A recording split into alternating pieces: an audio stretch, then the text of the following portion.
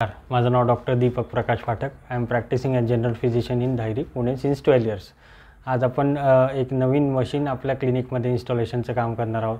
ती मशीन नेमकी काय आहे, त्याचं नाव काय आहे, त्याचं स्वरूप काय आहे, त्याचे पार्ट्स काय आहेत, त्याचा आपल्या कुठल्या कुठल्या आजारांमध्ये आपल्याला फायदा होतो याच्याबद्दलची आज आपण माहिती घेणार आहोत. या मशीनचं नाव आहे डायबेटिक रिस्क प्रोफायलर मशीन.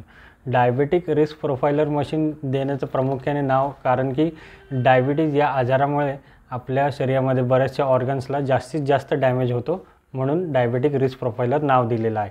पण याचा बऱ्याच ठिकाणी उपयोग होतो, बऱ्याच आजारांमध्ये, जसं BP, हार्ट किंवा कुठलाही आजार आपल्या शरीरामध्ये जी काही जास्त काळ राहतो, म्हणजे जे लॉंग टर्म डिसीजेस आहेत, म्हणजे जे कायम राहणारे आजार आहेत, ज्यांना आपल्याला गोळ्यासारखे घ्यावं लागतं, त्या आजारांमुळे आपल्या शरीरामध्ये काय डॅमेज झालं आहे ते आपल्याला लक्षात येतं. यामुळे आपण या मशीनची माहिती घेणार आहोत.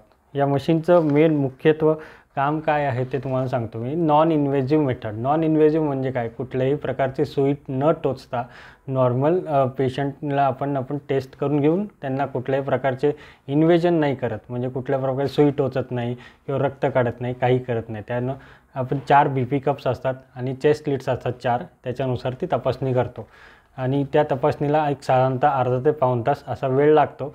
त्यानुसार त्याचा रिपोर्ट जनरेट होऊन मग आपण त्यात प्रामुख्याने काय काय त्यांना आढळलं आहे ते लक्षात येतं आणि मग सांगतो त्यांना.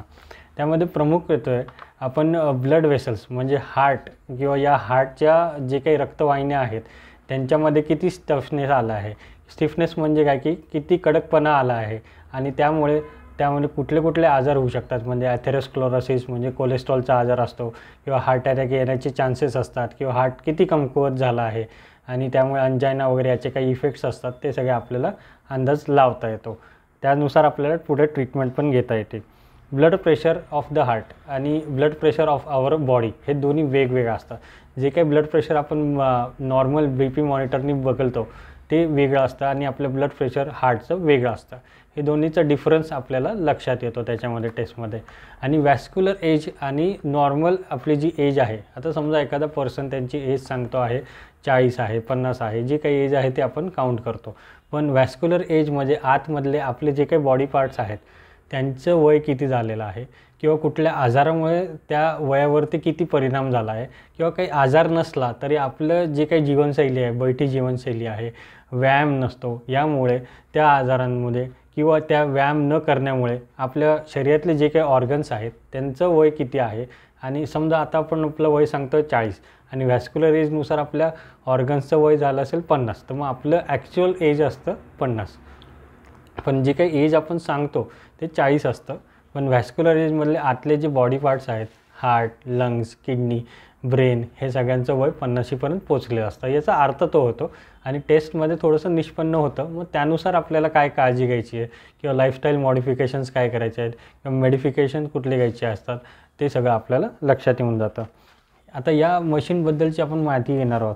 या मशीनमध्ये 3 ते 4 पार्ट्स आहेत, त्याच्यामध्ये आपण त्याची टेस्टिंग करणार आहोत. पहिलं असतं कार्डिओव्हॅस्क्युलर ॲनालिसिस, म्हणजे तुमच्या हार्टमधली किंवा त्या हार्टची किती ताकद आहे किंवा त्याचं ॲनालिसिस करून आपण सांगतो. म्हणजे हे 4 BP कप्स लावले जातात.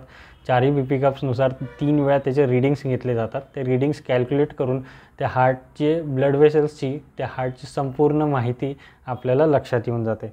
त्याच्यानंतर pulmonary function test. Pulmonary function test म्हणजे फुफ्फुसांची कार्यक्षमता किती आहे हे स्पायरोमीटर आपण तिथे तपासणार असतो. त्याच्यामध्ये फुफ्फुसांची कार्यक्षमता आणि त्या संलग्न त्या हार्टची कार्यक्षमता किती आहे ते आपण तपासतो. Autonomic nervous system. Autonomic nervous system, peripheral nervous system किंवा जी आपली मज्जासंस्था आहे त्या मज्जासंस्थेचं कितपत क्वालिटीचं काम चालू आहे आणि ती कितपत आत्ता चांगली कार्यरत आहे किंवा त्याला कितपत डॅमेज झालं आहे ते आपल्याला ऑटोनॉमिक नर्वस सिस्टीममधनं कळतं. त्याच्यासाठी त्यातला एक भाग आहे तो व्हायब्रेशन परसेप्शन टेस्टचा असतो. तर इथे एक हँडल लावलेला आहे, तो व्हायब्रेशन परसेप्शन टेस्ट नाही, आपण पायांच्या तळवांची ती व्हायब्रेशन परसेप्शन टेस्ट करतो. त्यानुसार आपल्या नसांची कार्यक्षमता किती आहे किंवा डायबिटीज किंवा इतर आजारांमुळे ती कार्यक्षमता कमी झाली आहे का त्याच्याबद्दलची आपल्याला माहिती मिळते. आणि ती जी माहिती आपल्याला मिळते ते एक साधारणतः 16 ते 17 पानी रिपोर्ट असतो. त्यानुसार आपण ते चेक करून तुम्हाला सांगू शकतो. आता व्हायब्रेशन परसेप्शन टेस्ट ही डायबिटीसच्या पेशंटला माहितीच असेल आणि मुख्यत्व म्हणजे हे जे काही मशीन आहे याच्याबद्दल आपल्याला थोडंसं माहिती देतो. म्हणजे एक त्याचं प्रमुख माझ्या अभ्यासातून असं लक्षात आलं की आपण एक असं करू शकतो. याचा उपयोग आपण अर्ली डिटेक्शनसाठी करू शकतो. अर्ली डिटेक्शन ऑफ डायबिटीज किंवा कार्डियक रिस्क फॅक्टर्स जे आहेत ते आपण करता येतं. अर्ली डिटेक्शननी काय आपल्याला फायदा होईल याचं सांगतो. अर्ली डिटेक्शनमुळे कधी-कधी आपल्याला जसं म्हणतो की हार्ट अटॅक्स येतात किंवा हार्टचे काही लक्षणं असतात आपल्याला माहीत नसतात. ते आपल्याला याच्यातून लक्षात येईल. किंवा डायबिटीजमुळे कुठल्या ऑर्गन्सला काही डॅमेज होतो आहे का? किंवा त्याच्यामुळे काही इजा पोहोचती आहे का? ते आपल्याला लक्षात येईल. आणि याच्यानुसार आपल्याला एक व्हॅस्क्युलर एज एक काढता येतं. व्हॅस्क्युलर एज मी मगाशी तुम्हाला समजवलं की आपण सांगतो वय ते आणि आपल्या ऑर्गन्सचं वय किती आहे ते बघून आपल्याला याच्यातली माहिती सगळी घेता येते. यासाठी आता आपण ही इन्स्टॉलेशन झाल्यानंतर ही जी काही टेस्ट करणार आहोत ती प्रायर अपॉइंटमेंटनेच करणार आहोत. अपॉइंटमेंटसाठी मी नाव, नंबर, तुम्हाला टायमिंग वगैरे सगळं शेअर करत जाईल. त्याच्यानुसारच आपण अपॉइंटमेंट्स घेत जाऊया. आता या मशीनचे पूर्ण डिटेल्स काही माहिती आहेत ते आपण पुढच्या व्हिडिओजमध्ये शेअर करत जाऊ. तुर्तास तुम्हाला ही माहिती कशी वाटली याबद्दल मला थँक्स. आणि डायबेटिक रिस्क प्रोफाईल आपल्या आता मशीन जी काही आहे आपल्या क्लिनिकला आता उपलब्ध होणार आहे लवकरच आणि कार्यरत होईल. त्यासाठी तुम्ही अपॉइंटमेंट्स घ्या आणि ट्रीटमेंटसाठी आपण सज्ज आहोत. काही थँक्यू.